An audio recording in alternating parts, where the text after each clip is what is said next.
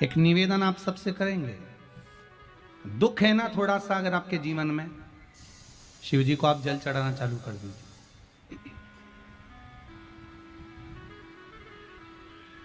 शंकर भगवान को आप जल चढ़ाना प्रारंभ कर दो। अगर दुख है ना जीवन में, शिव जी को जल चढ़ाना प्रारंभ कर दो। और एक निवेदन और करेंगे, अगर दुख समाप्त ही नहीं हो रहा है, कोई बीमारी एक पूरी होती है दूसरी लग जाती है, दूसरी बीमारी पूरी होती है तीसरी लग जाती है, तीसरी बीमारी पूरी होती है चौथी लग जाती है, कुछ प्रॉब्लम चली रही है, तो एक जल के पात्र में जल लीजिए, कलश लोटा पानी का भर लीजिए और उस पात्र में चावल के 2 दाने डाल लीजिए, अक्षत के 2 दाने डालिए। घर में से लेकर जाओ, थोड़ा सा जल बेलपत्री के वृक्ष के नीचे डाल दीजिए, थोड़ा सा जल पीपल के वृक्ष के नीचे डाल दीजिए और थोड़ा सा जल या तो आंवले का पेड़ मिल जाए या शमी का वृक्ष मिल जाए, शमी का वृक्ष मिले या आंवले का वृक्ष मिले, उसके नीचे डाल दीजिए। 3 जगह पर अगर कोई बीमारी ऐसी हो गई कि वो समाप्त नहीं हो रही, बड़ी बड़ी तकलीफ, मतलब एक बार दवाई अगर चालू हो गई तो दवाई बंद ही नहीं हो रही है, तो उसके लिए आपको 3 जगह पर जल चढ़ाना प्रारंभ कर दो। मात्र 1 हफ्ते से ज्यादा चढ़ाना भी नहीं पड़ेगा। जैसे 1 हफ्ते आप टेबलेट लेते हो, गोली लेते हो, 1 हफ्ते चढ़ाना प्रारंभ कर दो। सबसे पहले बेलपत्री के पेड़ के नीचे क्या करना है, जल का पात्र लेना है, उसमें 2 दाने चावल के डालना,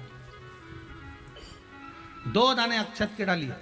पहले बेलपत्री के पेड़ के नीचे जाओ, वहां जल चढ़ाओ, फिर जाइए पीपल के वृक्ष के नीचे, वहां जल चढ़ाइए, आखिरी में या तो शमी के नीचे या फिर आंवले के नीचे, इन दोनों में से कोई एक वृक्ष जिसके नीचे। पर 1 हफ्ते अगर आपने आंवले में चढ़ाया है तो आंवले में ही चढ़ाना, शमी में चढ़ाया है तो शमी में चढ़ाना है। ये बदल के मत चढ़ाना कि आज मैं शमी में चढ़ा देती हूँ कल आंवले में चढ़ा दूंगी, ऐसा नहीं। कितना सुंदर कहा है, जब जिंदगी बहुत संघर्ष में चल रही हो, बहुत दुख का जीवन चल रहा हो, बहुत कष्ट का जीवन चल रहा हो, बहुत कष्टमय जीवन चल रहा हो, तब शमी के 5 पत्ते, शमी के 5 पत्ते, एक दुर्वा के साथ 1 अक्षत चावल का 1 दाना, वो भी हल्दी में भिंगोया हुआ हो या केसर में भिंगोया हुआ हो,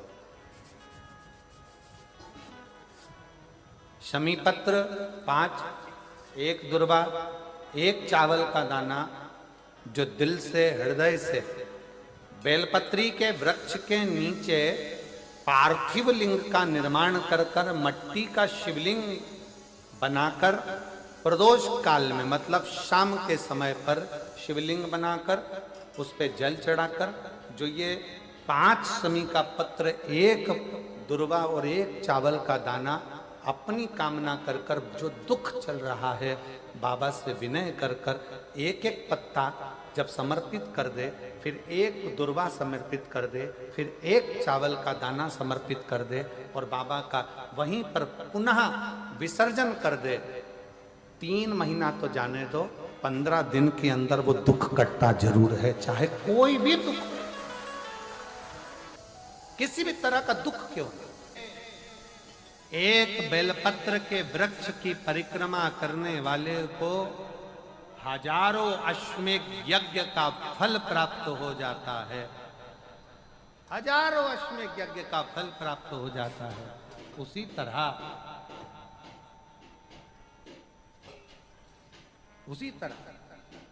एक पार्थिव लिंग का निर्माण करने वाले को, मिट्टी का शिवलिंग का निर्माण कर कर पूजन करने वालों को 12 ज्योतिर्लिंग के शिवलिंग के दर्शन का पुण्य फल प्राप्त।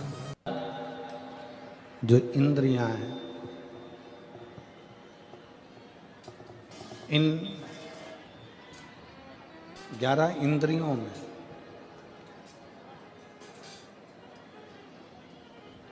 केवल एक भगवान शिव की अविरल भक्ति धारण करने के लिए ये इंद्रियां आप और हमको मिली, चाहे वो ज्ञान इंद्री हो, चाहे वो कर्म इंद्री हो, चाहे वो मन।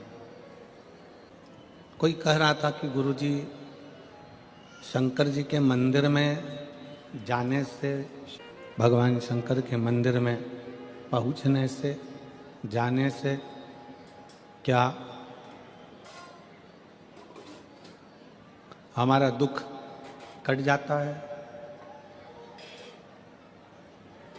किसी ने पूछा कि शिव मंदिर में जाने से क्या हमारा दुख कट जाता है? शिव महापुराण में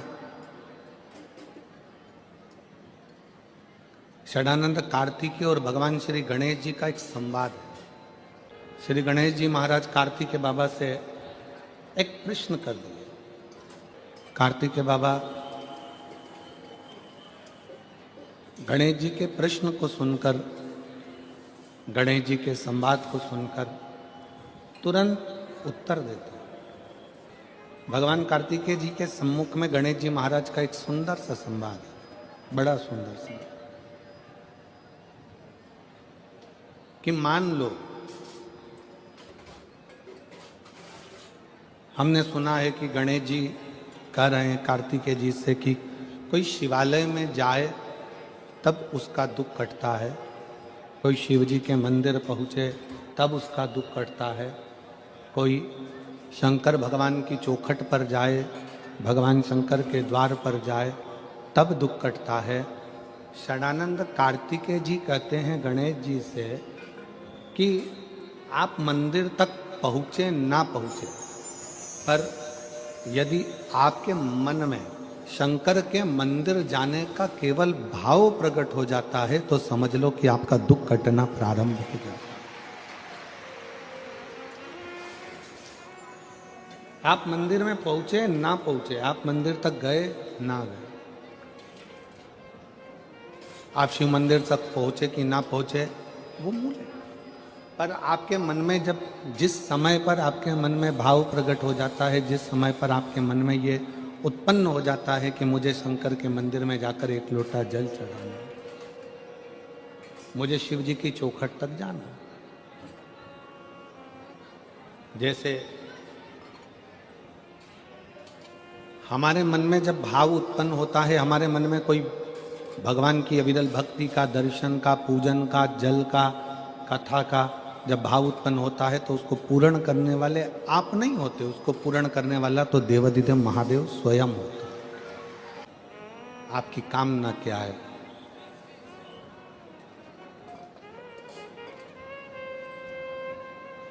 शिव महापुराण एक कल्प वृक्ष है। कल्प वृक्ष का मतलब क्या होता है? जिसके नीचे बैठकर जो कामना करी जाए वो पूर्ण होती है। यहां कोई दूसरा नहीं है। शिव महापुराण पंडाल, शिव महापुराण जिस भूमि पर होता है 7 दिन वो भूमि तुम पंडाल में जगह नहीं मिले, हमने पहले भी कथाओं में कहा, अपने साथ में लेकर चला करो एक छाता, 2 पानी की बोतल, एक बिछाने का और एक ओढ़ने का। 2 पानी की बोतल किसके लिए? एक अपने लिए, एक अपनी अड़ोसन पड़ोसन पीछे वाली धड़ोसन के लिए। उसके अपन किसी को कुछ नहीं दे सकते, अपनी पड़ोसन को थोड़ा सा पानी तो पिला सकते हैं। पंडाल में किसी का मुख झूठा करा देना, समझ लेना कि भोलेनाथ ने तुम्हारा भंडार खोलना प्रारंभ कर दिया। किसी का मुख झूठा करा देना, एक जरा सी टॉफी खिला दी, कोई ने बिस्कुट खिला दिया, कोई ने कोई सामान घर से बना कर लिया है। कई लोग पूड़ी लाते हैं, कोई चाय पिलाता है, कोई कॉफ़ी पिलाता है, कोई दूध पिलाता है, कोई सामग्री लाता है, रात दिन लोग सेवा करते। ये शिव महापुराण का पंडाल नहीं, ये कुबेरेश्वर बाबा का कल्प वृक्ष है, जिस वृक्ष के नीचे बैठकर जो मांगा जाता है वो प्राप्त हो जाए, वो प्राप्त हो। आप सब बैठकर जो भगवान शंकर की अविरल भक्ति करते हो, भजन करते हो, स्मरण करते हो, कीर्तन करते हो, ये उसका रास्ता। किस रूप में शिव यहाँ आते हैं, किस रूप में भोलेनाथ यहाँ बैठकर कथा का रस तत्व ग्रहण करते हैं, किस रूप में भगवान शंकर कथा का वाचन करते हैं, किस रूप में भगवान शंकर कथा करवाते हैं, ये वही जान सकते। शिव कथा कर रही है। कनक कुंडला, रत्नभद्र, यक्ष दोनों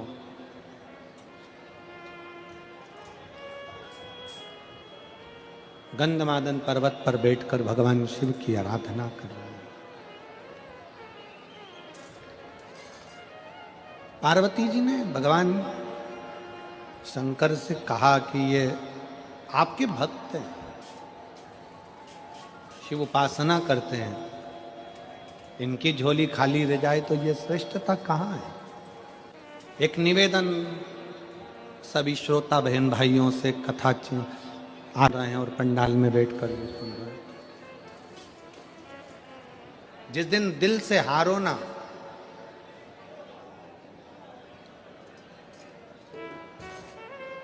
थोड़ी तकलीफों में अगर घिर जाओ, तकलीफें आ जाए, कष्ट आ जाए, तकलीफें जिस दिन तुम्हारे भीतर बहुत ज्यादा मात्रा में आ जाए, उस दिन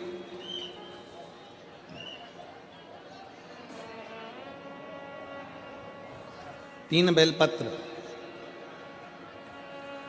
एक बेलपत्र में पीला चंदन, बीच वाली पत्ती।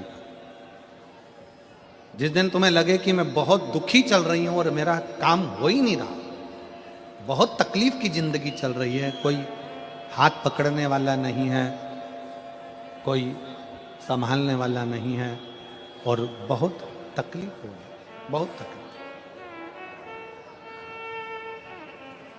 उस समय पर एक बेलपत्री के बीच वाली पत्ती पर पीला चंदन, दूसरी पत्ती पर लाल चंदन और तीसरी पत्ती पर 11 चावल गीले, पानी में उसको थोड़ा सा भिगो लें या धो लें, 11 चावल गीले शिव जी की उस पत्ती पर रखी।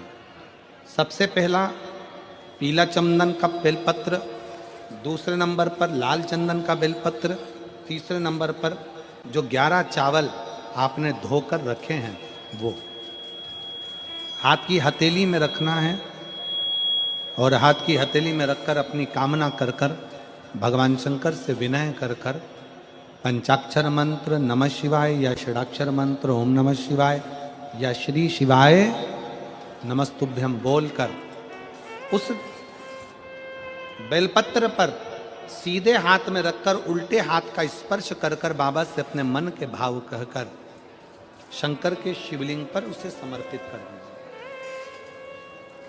एक ही लोटा जल, जहां से जल बहता है अशोक सुंदरी वाली जगह, एक ही लोटा जल, जहां से जल बहता है उस जल बहने वाली जगह पर 3 बार उस जल को अपनी कामना कर कर श्री शिवाय नमस्तुभ्यम या पंचाक्षर मंत्र या षडाक्षर मंत्र बोलकर 3 बार उस स्थान पर गिरा दीजिए। गिराने के बाद में बाबा से विनय कर कर अक्षत वाली जो बेलपत्र है, एक बेलपत्र और एक अक्षत उसमें से अपने लिए लेकर आ जाओ। उसको 2 महीना 3 महीना अपने घर में रखिए। जितना भी दुख है धीरे धीरे बाबा समाप्त कर कर खुशियां घर में लेकर आता ही है। दुख समाप्त होगा, खुशियां घर में आएगी जरूर। दुनिया का सबसे बड़ा डॉक्टर है मेरा देवाधिदेव महादेव, और दुनिया की सबसे बड़ी दवाई है तुम्हारा विश्वास, तुम्हारा भरोसा। ये दुनिया की सबसे बड़ी दवाई है।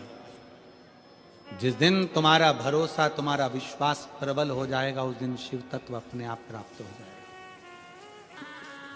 शिव शिव है, देगा मुझे बाबा। कनक कुंडला ने अपने पति रत्नभद्र से कहा कि मुझे मेरे शंकर पर भरोसा, और मेरी जीजियों मेरे जीजाओं, मेरी बेटियों, बेटाओं, मेरी माताओं, सूरतिया लालाओं, सूरत के रहवासियों, गुजरात की पवित्र भूमि पर रहने वाले मेरे दशंकर के अंश रूप आप सब, शिव महापुराण की कथा में दिखावे के लिए मत जाना।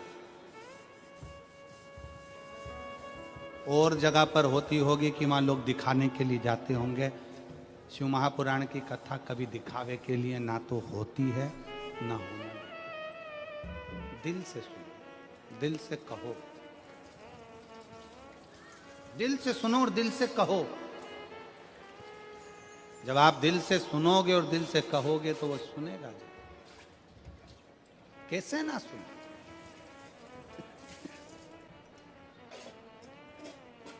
शिव कथा कह रही है, कनक कुंडला रत्न भद्र तप में लग गए शंकर भगवान से पार्वती जी ने कहा इसको कुछ देव। शिव जी ने कृपा करी और उसके घर में एक पुत्र दिया जिसका नाम हरिकेश। उस पुत्र का नाम था हरिकेश। हरिकेश बाल्यवस्था से भगवान शंकर की भक्ति में लग गया, भगवान शंकर की आराधना में लग गया। मिट्टी इकट्ठी करना, लिंग बनाना, पूजन करना, आराधना करना, ये हमारे घर के बच्चों के संस्कार।